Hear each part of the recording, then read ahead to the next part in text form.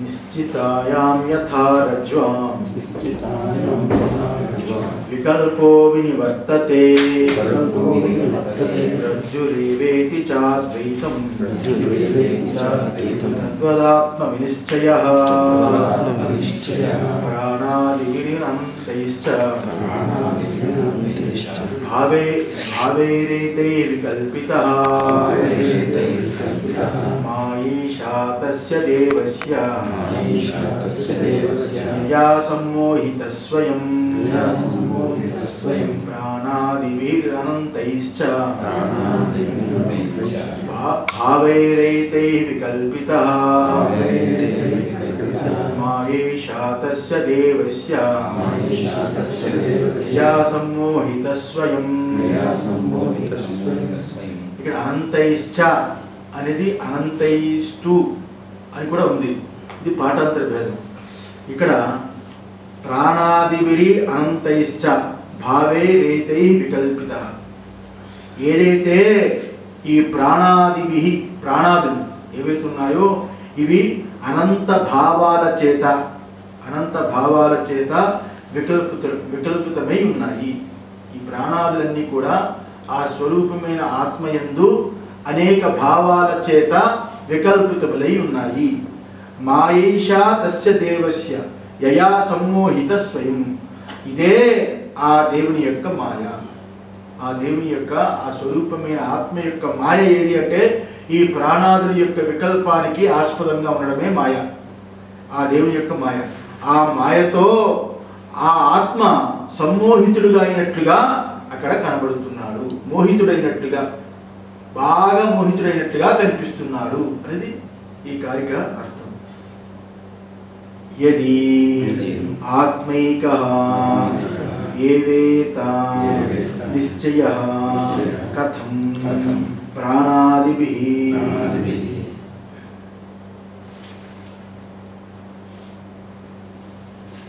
ఇదనా ఏవేతి యది ఆత్మైకః ఏవేతి నిశ్చయః కథం ప్రాణాదిభిః అనంతైః భావైః ఏతైః సంసారలక్షణైః వికల్పితః ఇతి ఉచ్యతే. శృణు యది ఆత్మైకః ఏవేతి నిశ్చయః. ఎప్పుడైతే ఆత్మైకః ఏవేతి నిశ్చయః, ఆత్మ ఏకః ఆత్మైకః, ఆత్మ ఏకమని ఎప్పుడైతే నిశ్చయం కలుగుతుందో, ఆ రకంగా నిశ్చయం కలగగా కథం ప్రాణాదిభిః, ఏ రకంగా ప్రాణాదిభిః అనంతైః భావైః, ప్రాణాది అనంత సంసార లక్షణములతో కూడుకున్న భావాలు ఏవైతే ఉన్నాయో ఆ భావాలు సంసార లక్షణే వికల్పితః. ఏ రకంగా ఈ ప్రాణాది అనంత సంసార లక్షణముతో కూడుకున్న భావాల చేత ఈ ఆత్మ వికల్పం అవుతున్నది. మీరు ఆత్మ ఏకః అని నిశ్చయించారు కదా. ఏకః అద్వితీయమని నిశ్చయించినప్పుడు ఈ ద్వితీయ రూపమైన ప్రాణాదులు అనంతముగా సంసార లక్షణములతో కూడుకున్న ఈ ప్రాణాదులన్నీ కూడా ఆత్మయందు ఏ రకంగా వికల్పములు జరుగుతున్నవి. ఇది ఉచ్యతే. శృణు అని అడిగితే దానికి చెబుతాము. శృణు విను అని. ఇక్కడ ఏంటి అనిశ్చిత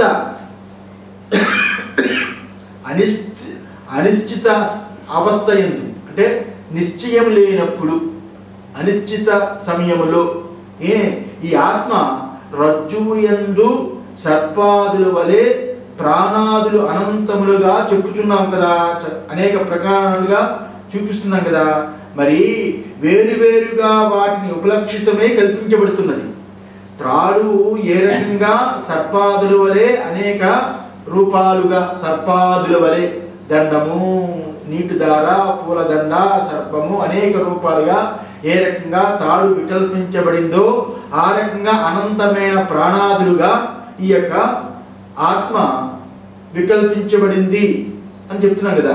అది మరి ఏకమేవా అద్వితీయం, ఏకమేవా అద్వయం అని కదా ముందు దాంట్లో చెప్పారు.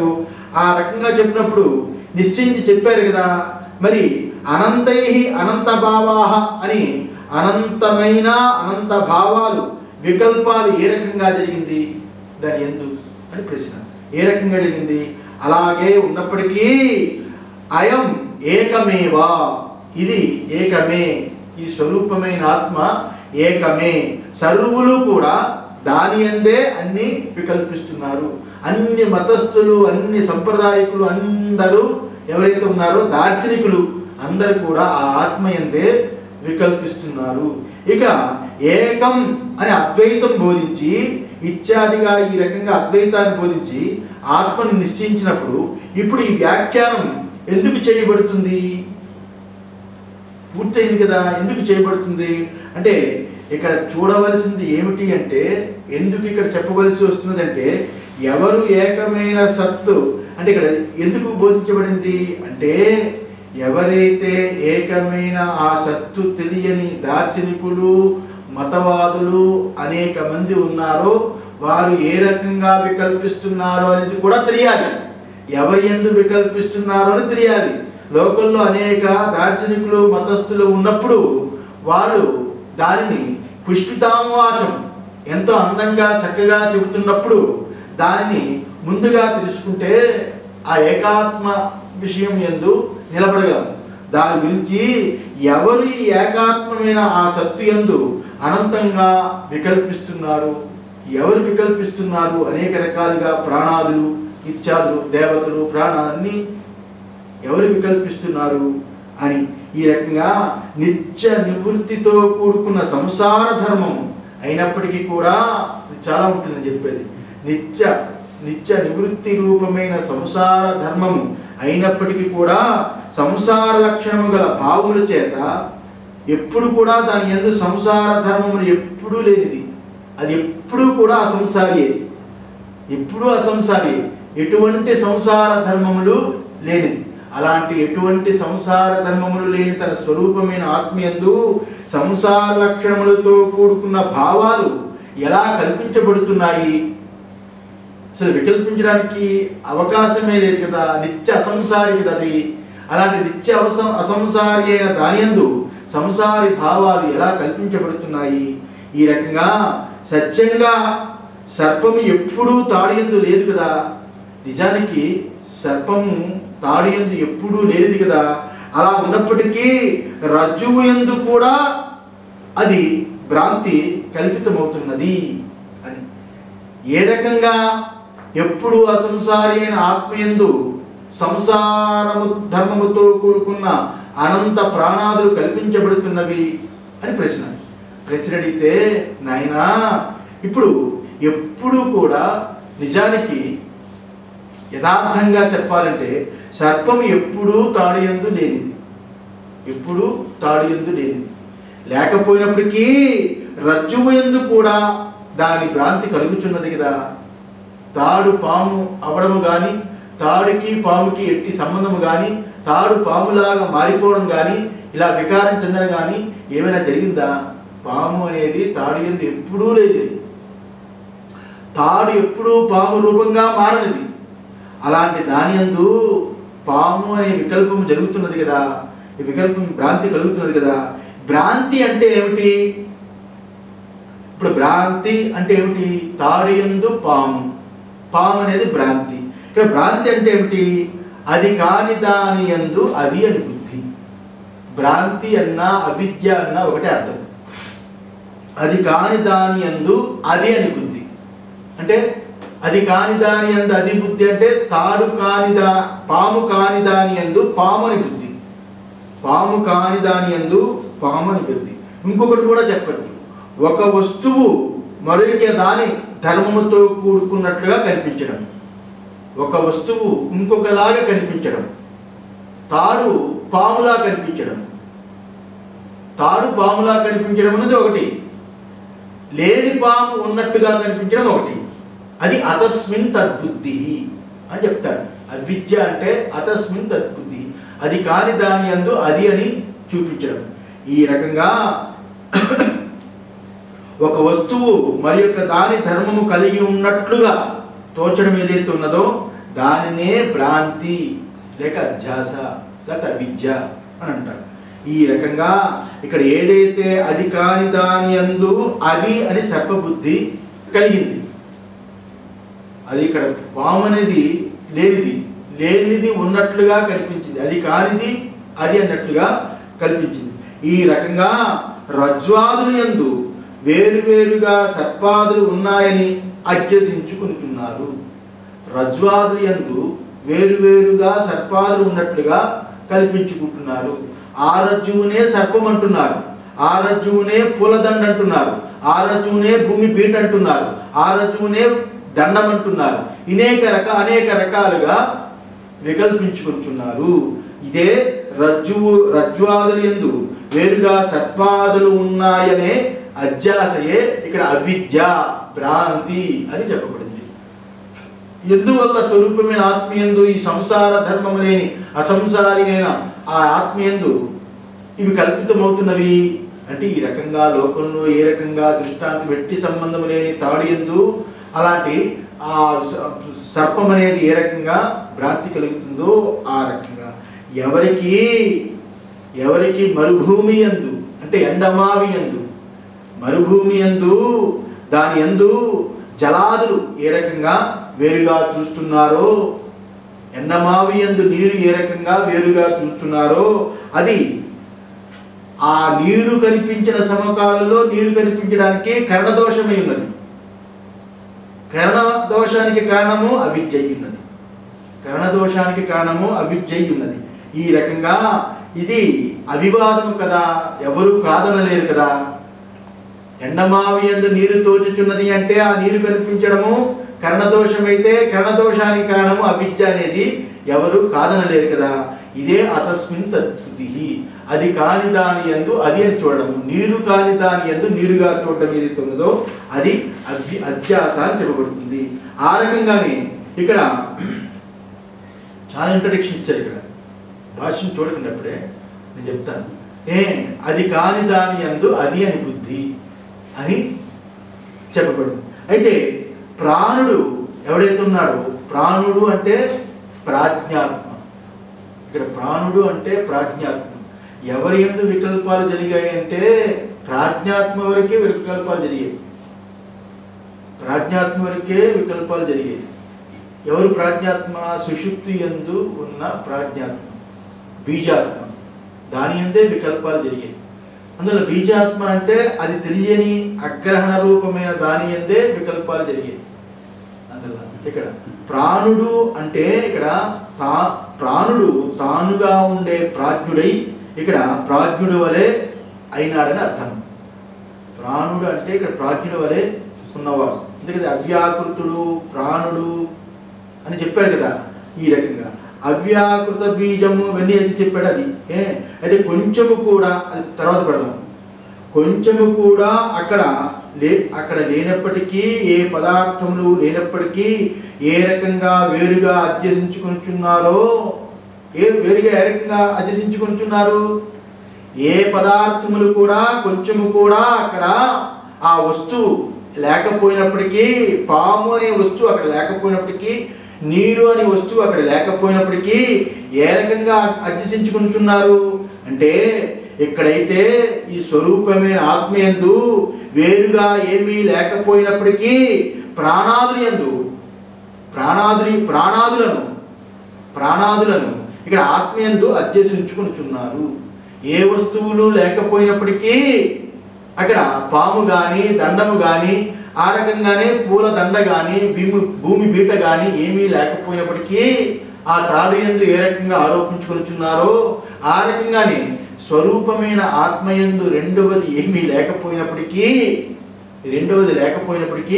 ప్రాణాదులుగా ఆత్మయందు అధ్యసించుకుంటున్నారు అని.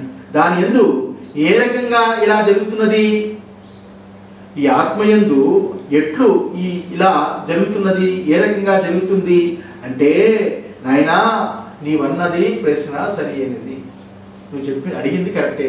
ఏ రకంగా జరుగుతుంది? జరగడానికి అవకాశం లేదు కదా, ఎట్టి పరిస్థితుల్లోని జరగడానికి అవకాశం లేదు కదా. అది ఒకటే ఉన్నది కదా, రెండవది లేదు కదా. అలాంటప్పుడు ఏ రకంగా జరుగుతుంది అంటే, నాయనా మేము చెప్పే రజ్జు సర్ప దృష్టాంత బలము చేత మేము చెబుతున్నాం. ఏ రకంగా జరుగుతున్నది ఈ రకమైన వికల్పము అంటే రజ్జు సర్పాది దృష్టాంత బలము చేత మేము చెప్తున్నాం. ఏమని? ఆ భావ రజ్జు సర్ప దృష్టాంత బలము చేత ఆ భావాలు కల్పితములే అని చెప్తున్నాం. చెప్పడానికి కారణమే ఉన్నది. ఆత్మ ఏకత్వాన్ని చూపడానికే కానీ అక్కడ భ్రాంతి రజ్జు సర్ప భ్రాంతి బలము చేత అంటే అక్కడ పాము, దండము, ఆ రకంగా పూలదండ, భూమి పీట అనేవి ఏవైతే ఉన్నాయో ఆ వికారజాతమైన వికల్పాలన్నీ అన్నిటికీ కారణము, కల్పితాలకి కారణము తాడే అని తాడుని చూపించినట్లుగా ఇక్కడ సకల వికల్పాలకి కారణము ఆత్మయే అని చెప్పడానికి, ఆత్మని చూపించడానికి కానీ వికల్పాలు జరిగిపోయాయని కాదు. ఎవరైతే వికల్పాలు చూస్తున్నారో వాడు నిజమనుకుంటున్నాడు. ఇది నిజము కాదు, కేవలం వికల్పాలను చెబుతున్నాము. తర్వాత ఏం చెప్తున్నాము? అసలు వికల్పాలే లేని నీ స్వరూపము అని చెప్తున్నాము.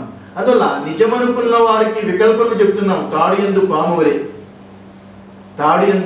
వలె వికల్పము అని తెలిసినప్పుడు అక్కడ పాము ఎట్టి పరిస్థితిలోని ఎప్పుడూ లేనట్లుగా ఉన్నది ఆత్మ అని చెప్పడానికి ఈ ప్రక్రియను వాడుతున్నామే తప్ప నిజంగా అక్కడ వికల్పాలు జరిగిపోయాయని కాదు, వికల్పాలు కల్పితాలు జరుగుతున్నాయని కాదు అని అర్థం. ఇది అధ్యారోప దృష్టితో చెప్పింది, అవతల వారి దృష్టిని పెట్టుకుని చెప్పింది. ఈ రకంగా తర్కము చేత ఇది కేవలము అనుభవము చేత గ్రహించవలసిన విషయమే ఉన్నది. ఇది తర్కము చేత గ్రహించలేము. ఎందువల్ల తర్కము చేత గ్రహించలేము? అది ప్రమాణ తర్కమై ఉన్నది. ప్రమాణ తర్కము అంటే ప్రమాణముల చేత తర్కించేది. ఏదైతే ఇంద్రియాలు పెట్టుకుని బయట ఉన్న వస్తువుని చూసి ఆ వస్తువుని అనుమానాదుల చేత ఇది అని నిర్ణయించేది ఏదైతే ఉందో అది ప్రమాణ తర్కం. ఇది పొగ అనేది ఇంద్రియాలకి కనిపించినప్పుడు అక్కడ అగ్ని ఉంటుంది అని అనుమానం చేత నిర్ణయించేది ఏదైతే ఉంటుందో అది ప్రమాణ తర్కం. అలాంటి ప్రమాణ తర్కము చేత దీనిని గ్రహించలేము.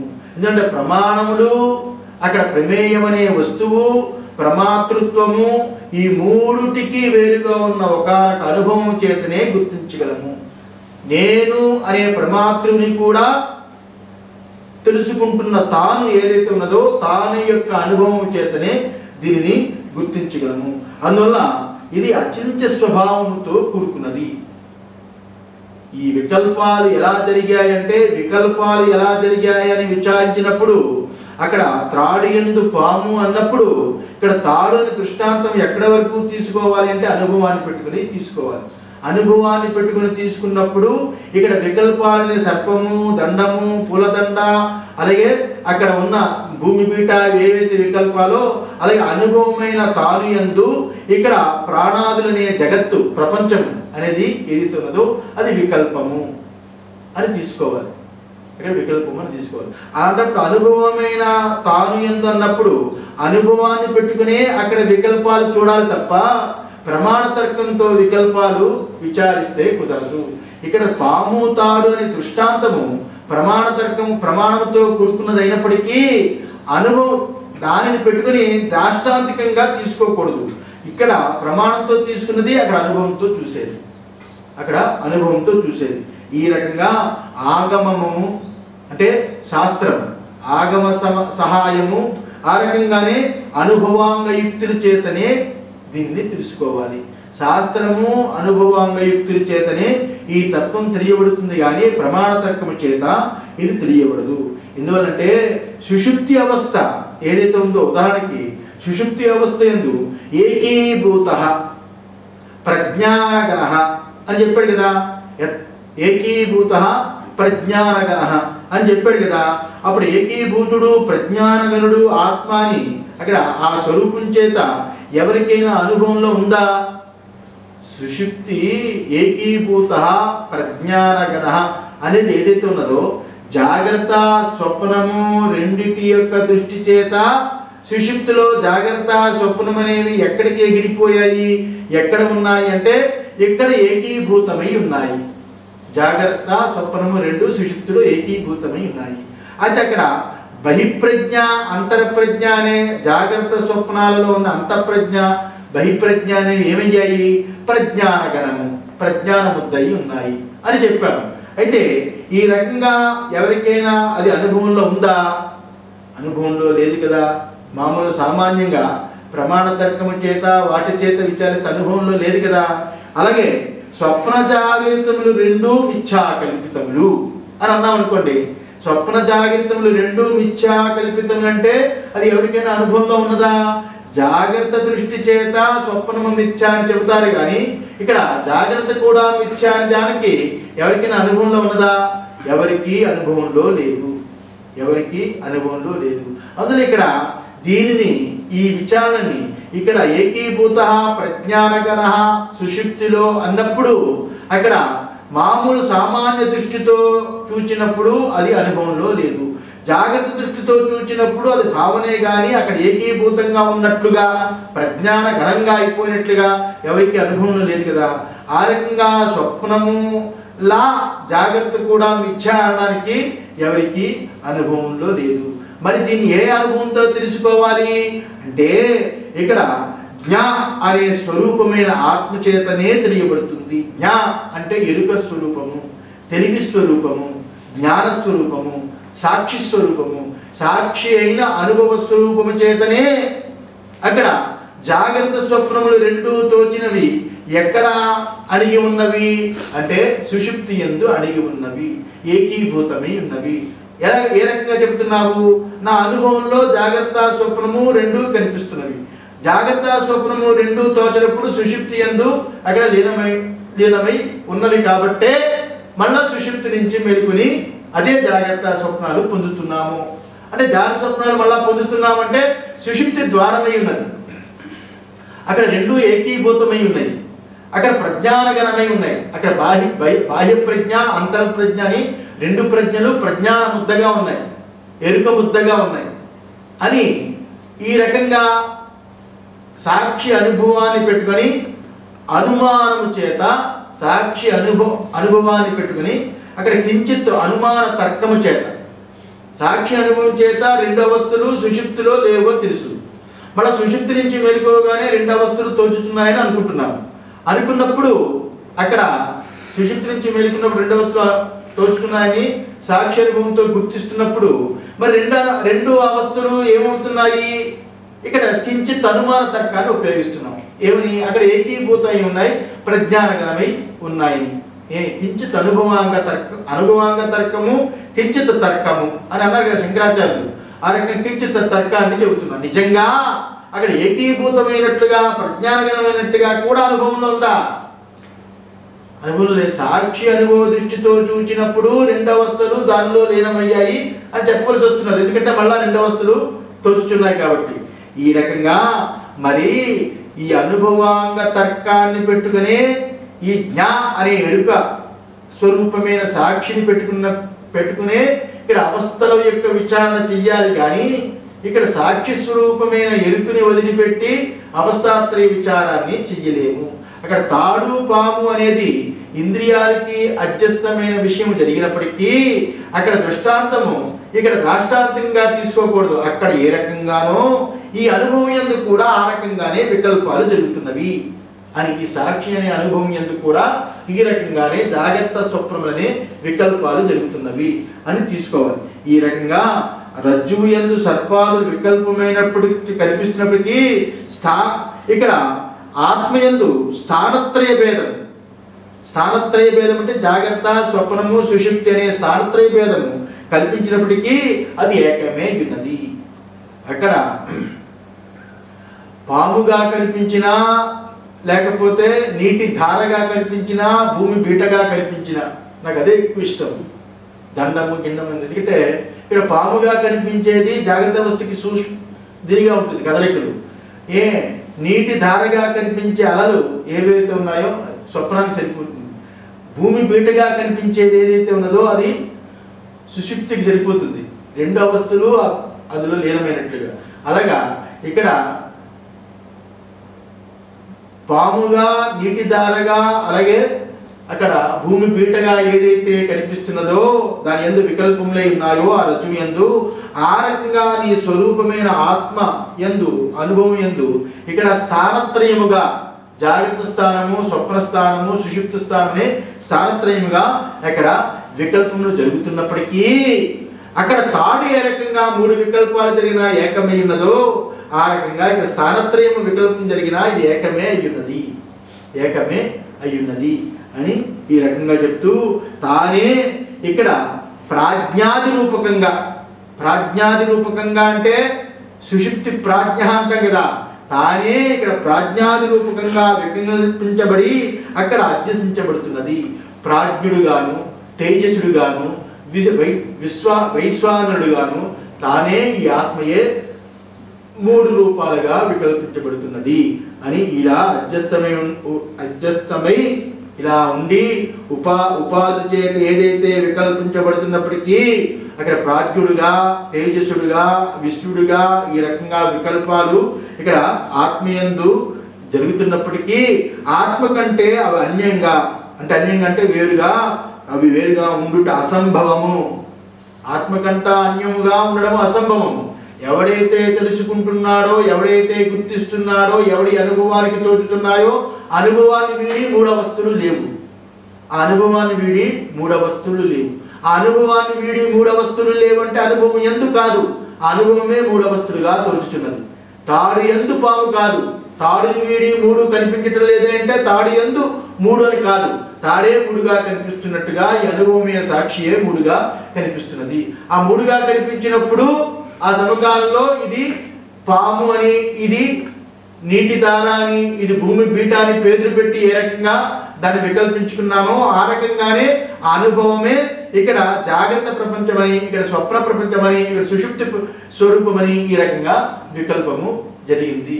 అది అనుభవమే ఆ రకంగా తోచి ఉన్నది. అందువల్ల ఎలా అనుకుంటారు, ఎలా తోచిందండి, ఏ రకంగా తోచింది? అలా కుదరదు కదా. అది ఎలా తోస్తుంది ఆత్మ, అది ఎలా వికల్పం అయింది ఆత్మీయందు అంటే శంకరాచార్యులు వారు చాలా చోట్ల అంటారు, నహి దృష్టే అనుపపన్నం నామ. ఇది నహి దృష్టే అనుపపన్నం నామ. ఇప్పుడు కనిపిస్తుంది కదా, ఎలాగా అని అడగకూడదు. నహి దృష్టే అనుపపన్నం నామ, కనిపిస్తుంది కదా నీకు, అవస్థ తోచున్నాయా లేదా? అవస్థలు తోచినప్పుడు ఎలా కల్పించబడిందండి అని అడుగుతావేంటి? అవస్థలు కల్పన జరుగుతున్నదా? అవస్థల యొక్క కల్పన నీకు తోచుతున్నదా లేదా? అలా తోచినప్పుడు, కనిపిస్తున్నప్పుడు ఎలాగా అనడం ఏమిటి? ఆ తోచే అవస్థలు ఏవైతే ఉన్నాయో నీ స్వరూపమైన ఆత్మయందు తోచుచున్నాయి, ఆత్మను వదిలి లేవని చెప్పడానికి, ఆత్మను వదిలి అన్యంగా లేవని చెప్పడానికి ఇది భాష్యం. ఆత్మని వదిలిపెట్టి జారిపోయిందని కాదు. రామానుజాచార్యులు వాళ్ళు చెప్పినట్లుగా ఇక్కడ మమైవాంసో జీవలోకే అంటే వాళ్ళు ఏమంటారు, అంశ భావంతో వికారజాతం తీసుకుంటారు. పాలు పెరుగుగా మారి, పెరుగు వెన్నగా మారి, వెన్న నెయ్యిగా మారి నట్లుగా ఈ రకంగా వికారాన్ని, ఇలాగ ఆత్మ వికారం జరగలేదయ్యా. ఆత్మయే ఇలా వికల్పము, ఆత్మయందే వికల్పం జరిగింది. ఆత్మగానే ఉంటూ 3 వికల్పాలు జరిగాయి. తాడుగానే ఉంటూ 3 వికల్పాలు ఎలా జరిగాయో ఆత్మగానే ఉంటే 3 వికల్పాలు ఎలా జరిగాయి అంటే నహి దృష్టిం అనుపపన్నం నామ. కనిపిస్తుంది కదా, ఎలా జరిగాయి అంటే ఏమిటి? ఆ వికల్పాలు చూస్తున్నావు కదా అని ఇక్కడ అర్థం. ఈ రకంగా చెబుతూ మరి ఏ రకంగా ఇతడు నిత్యశుద్ధ బుద్ధ ముక్త స్వభావమైన అద్వితీయమైన ఆత్మయందు అత్యంత అసంభవితమైన నిత్యశుద్ధ బుద్ధ ముక్త స్వభావమైన ఆత్మయందు అద్వితీయుడు కదా, అలాంటి అద్వితీయుడైన ఆత్మయందు అస్సలు దానికి కుదరని అసంభవం, అత్యంత అసంభవమైన అలాంటి స్వరూపం, అలాంటి అసంభవమైన వేరు ప్రతీతులు ఏ రకంగా కలుగుతున్నాయి, వేరు తోపికలు ఏ రకంగా కలుగుతున్నాయి, దాని యందు అసంభవం కదా అంటే దాన్ని చెప్తాం విను. మాయైషా తస్య ఆత్మనః దేవస్య యథా మాయావినా విహిత మాయా గగనం అతి విమలం కుసిమితైః సఫలాసైః తరుభిః అకీర్ణమివ కరోతి తథా అయం అపి ఇయం అపి దేవస్య మాయా యయా అయం స్వయమపి మోహిత ఇవ మోహితో భవతి మమ మాయా దుర్చయా ఇత్యుక్తం. 7:14. ఏ రకంగా అండి నిత్యశుద్ధ బుద్ధముక్త స్వభావమైన నిత్యము అద్వితీయమైన ఈ ఆత్మీయందు అసలు అసంభవం కదా ఈ తౌపికలు, ఈ ప్రతీతి, ఈ అవస్థాత్రయము ఏదైతే ఉన్నదో అది అసంభవం కదా. మరి ఏ రకంగా అవి కలుగుతున్నాయి అంటే మాయేష తస్య అని. అంటే మాయే ఇక్కడ మాయ చేతనే ఇవి కలుగుతున్నవి అని. ఎవరిది మాయా?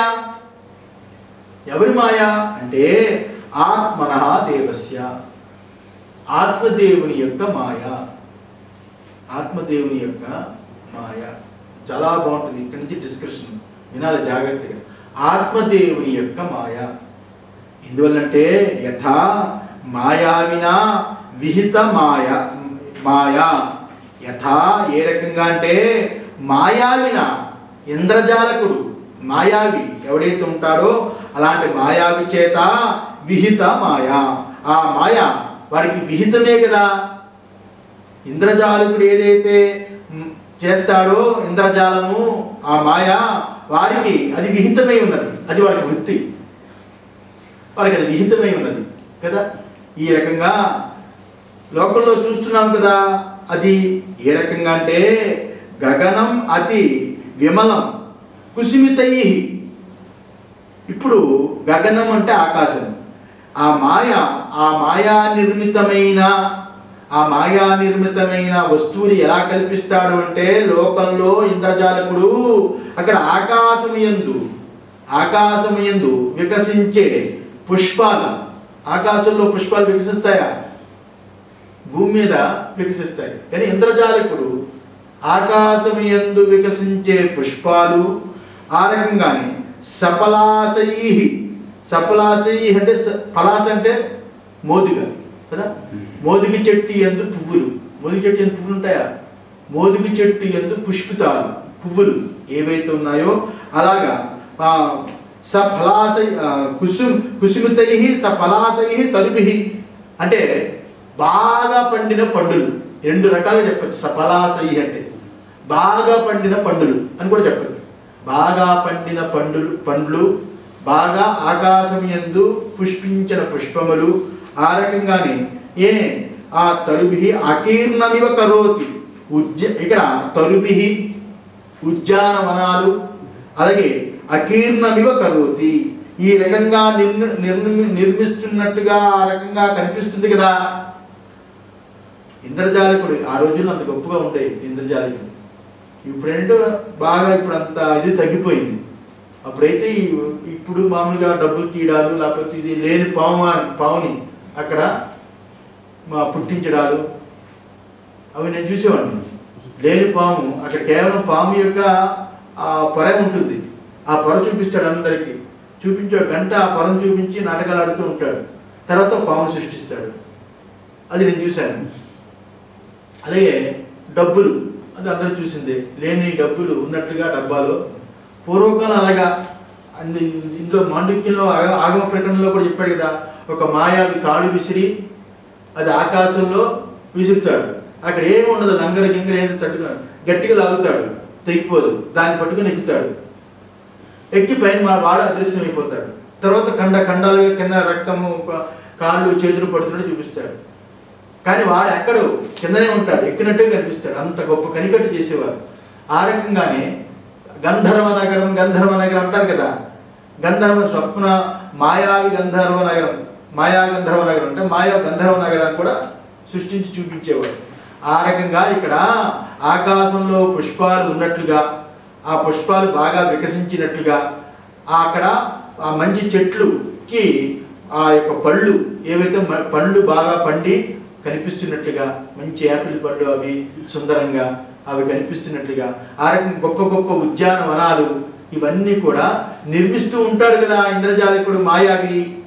ఆ సమకాలంలో కనికట్టు చేత ఆ రకంగా ఏ రకంగా నిర్మిస్తూ ఉంటాడు కదా, ఆ రకంగానే తదా ఆ రకంగానే ఇయమపి ఇక్కడ కూడా, ఇయమపి ఇక్కడ కూడా దేవస్య మాయ, ఈ ఆత్మదేవుని యొక్క మాయ చేత, యయా అయం ఈ ఆత్మదేవుని యొక్క మాయ చేత ఈ ప్రాణాది విభాగాలు ఏవైతే ఉన్నాయో అవన్నీ కూడా కనబడుతున్నవి.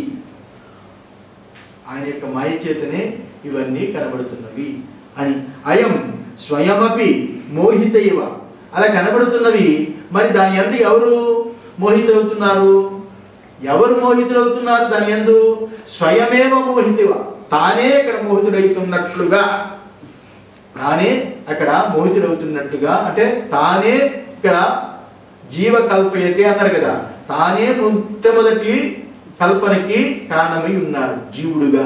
జీవుడు అంటే నేనుగా, తానే ఇక్కడ నేను అనే భావం చేత మోహితుడైనట్లుగా, ఆయనే అన్నింటినీ కల్పించి ఆయనే అందులో మోహితుడవుతున్నట్లుగా, ఈ రకంగా మోహితో భవతి, మోహితుడవుతున్నట్లుగా మోహితుడిగా కనిపిస్తున్నాడు అని.